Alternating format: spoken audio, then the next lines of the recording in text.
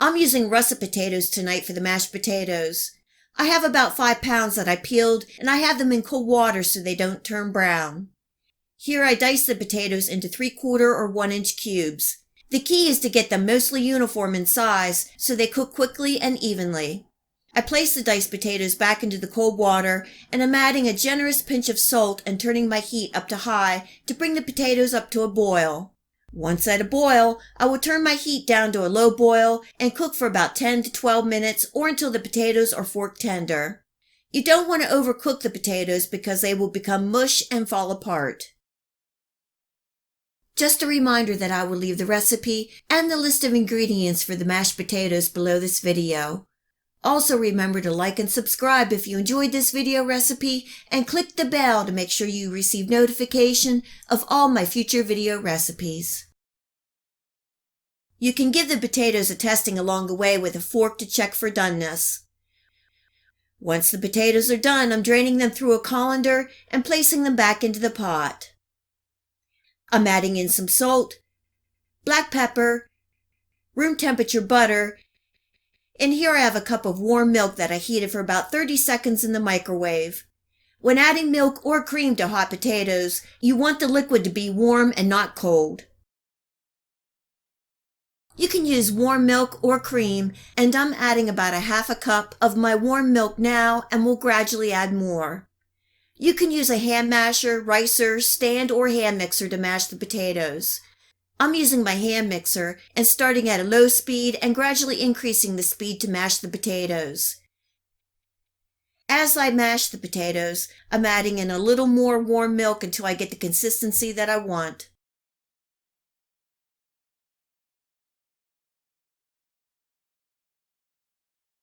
Now you can add whatever you like to the mashed potatoes. You can add fresh herbs, sour cream, cream cheese, bacon, or whatever you like.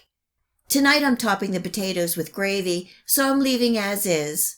Also, I like leftovers for homemade Amish potato cakes, and that video is coming in the near future.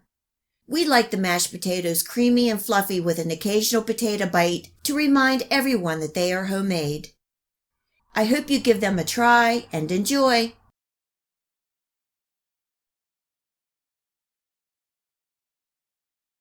The great thing about these Amish mashed potato cakes is you can eat them any time of the day, breakfast, lunch, dinner, appetizer, or snack, and they are made from leftovers. I have 3 cups of leftover mashed potatoes.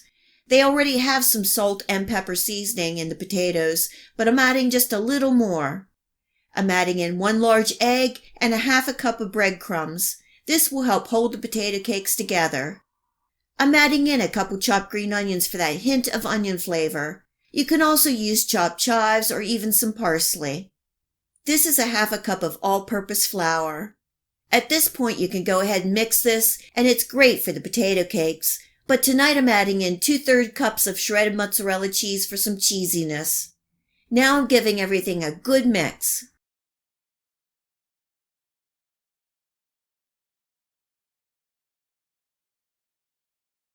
In my skillet on medium heat, I have the bottom covered with oil for frying.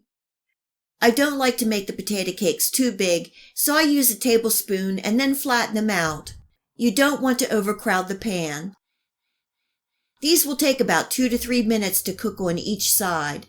Keep an eye on the heat. I have an electric stove, and I have the heat on a 7 to start, and then I adjust lower as needed.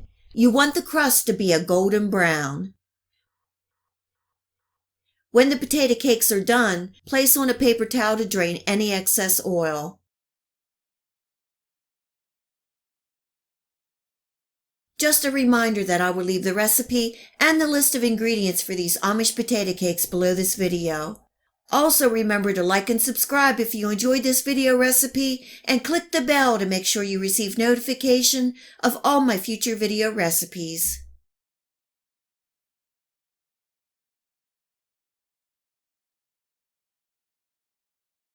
This recipe makes about 20 Amish mashed potato cakes. They are so easy to make. A nice crunchy crust, and inside delicious cheesy mashed potatoes with lots of flavor. You can serve these potato cakes with a dip or as a side dish with any meal. I hope you give these Amish potato cakes a try and enjoy.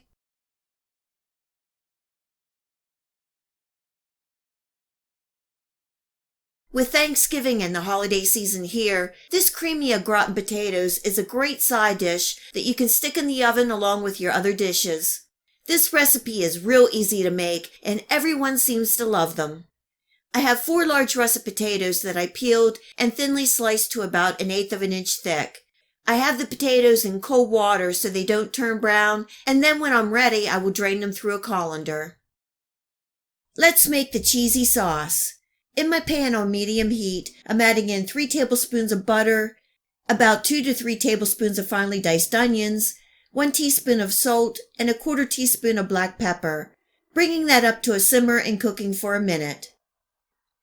I'm making a roux, so I'm adding in 3 tablespoons of all-purpose flour, cooking and stirring for a minute or 2. Now I'm turning my heat up to a medium-high and slowly adding in about 1½ cups of milk. I'm adding the milk in batches, stirring and bringing up to a simmer in between. The sauce will thicken. Just a reminder that I will leave the recipe and the list of ingredients for this creamy Gruyere cheese au gratin potatoes below this video. Also remember to like and subscribe if you enjoyed this video recipe and click the bell to make sure you receive notification of all my future video recipes.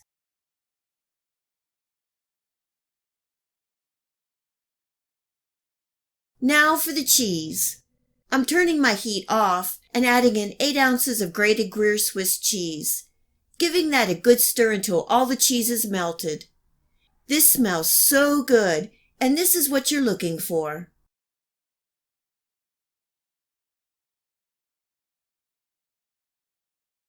I have my oven preheated to 350 degrees Fahrenheit. I'm making meatloaf and I can be baking the potatoes and meatloaf at the same time, which is really convenient. The meatloaf is my copycat Cracker Barrel meatloaf recipe with some hard-boiled eggs stuffed inside. If you would like to see that video recipe, I will leave a link here and in the Show More section below. It is one of my favorite go-to recipes.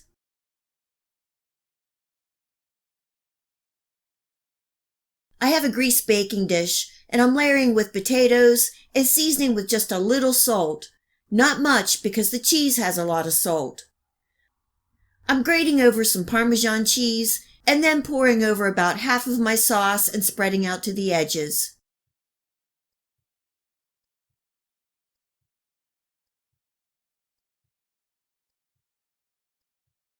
And I'm just going to repeat this layer ending with the sauce on top.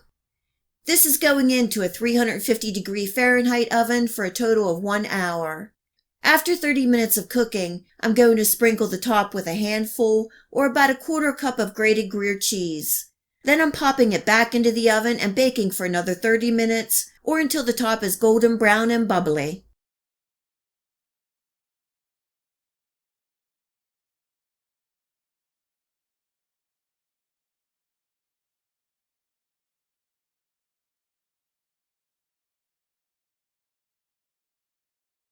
The meatloaf is coming along nicely. I'm basting the top with my barbecue sauce, and this is going back into the oven. I started the Harvard beets, and they are looking delicious. Everything is smelling so good.